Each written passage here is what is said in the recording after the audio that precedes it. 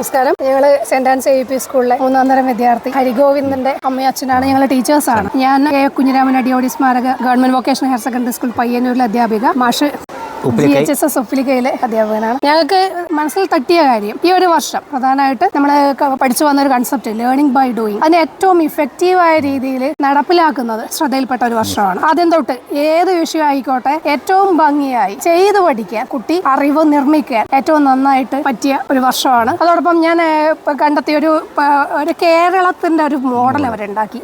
നമ്മൾ പണ്ട് പഠിച്ചു 3 ദേശങ്ങളെക്കുറിച്ച്, മലനാട്, ഇടനാട്, തീരദേശം എന്നൊക്കെ. ഇതെന്താണ് നമ്മൾ കുറേ വർഷങ്ങൾ കഴിഞ്ഞിട്ട് വളർന്നപ്പോഴാണ് അറിഞ്ഞത്. ആ കുട്ടി അത് ഉണ്ടാക്കി പഠിച്ചു.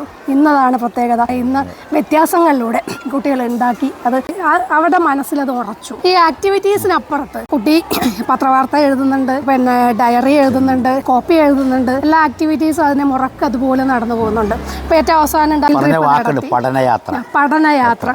ഞാൻ തിരുത്തി, എന്താ പിന്നെ ടൂറല്ല പഠനയാത്ര. നമ്മൾ എരിക്കുളത്ത് പോയി ചട്ടി ഉണ്ടാക്കുന്ന കാണും, പിന്നെ മീനുകളെയും മൃഗങ്ങളെയൊക്കെ കാണും ഫാമിൽ പോയിട്ട്. അതുപോലെ തന്നെ മിൽമയിൽ പോയി പാലുണ്ടാക്കുന്നത് കാണാൻ പറ്റി. വളരെ ഹൃദയത്തിൽ തട്ടിയ ഏറ്റവും നല്ല ഒരു വർഷമാണ്. ഒരു നല്ല അക്കാഡമിക് ഇയറാണ് ഈ വർഷം എൻ്റെ മോനുണ്ടായത്.